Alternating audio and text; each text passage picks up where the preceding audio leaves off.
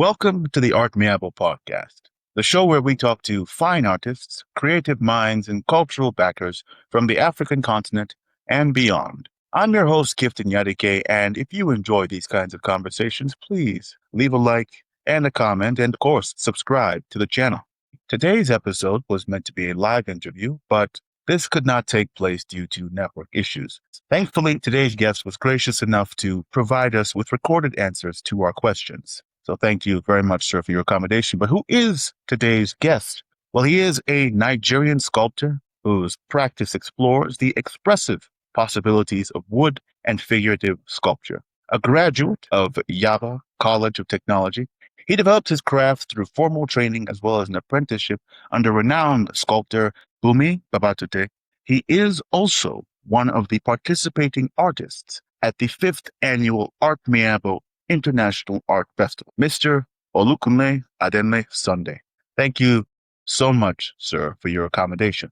My first question, could you please introduce yourself for those who may be unfamiliar with you? Hello, my name is Olukunle Adenle. I'm a Nigerian visual artist whose practice is rooted in wood carving. I studied sculpture at ArtMiabo College of Technology, and I've continued to develop my practice 3 years of working with wood, exploring its physical, cultural, and symbolic possibility. My work is largely inspired by identity, heritage, spirituality, and everyday realities of African experience. Could you please tell us a bit more about your journey as an artist? Okay. Yeah.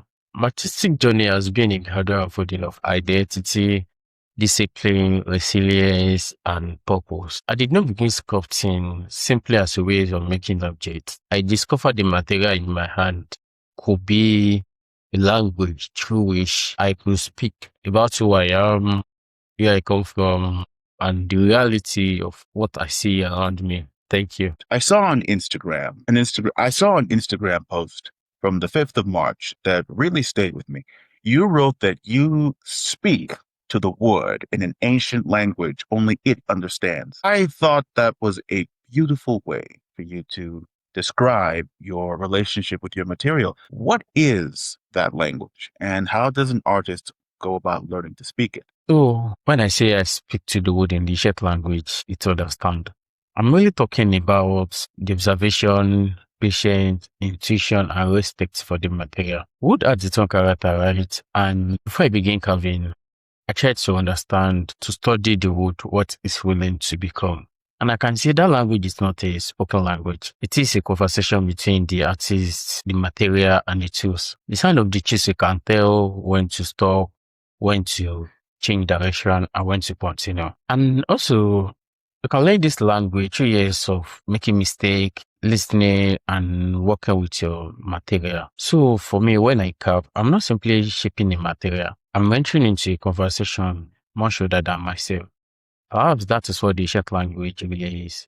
Ability to listen to the material, to speak back. Thank you. You trained under Bumi Babatunde early in your career. Looking back now, what's one lesson from that experience that still shapes the way that you approach your work today? Yeah, one of the greatest lessons I took from training under Bumi Babatunde, Buma Jojim, and Ayende Pro was the importance of discipline and patience in craftsmanship. Yeah, I trained under 3 different professional sculptors. In my early career, I was eager to see finished sculpture, but that experience taught me that good work cannot always be rushed. You have to respect the process. So I learned that technique is only one of being part of an artist. You have to develop your own eye and understand why you are creating, not just how to create. Looking back, that period gave me an important foundation. Thank you.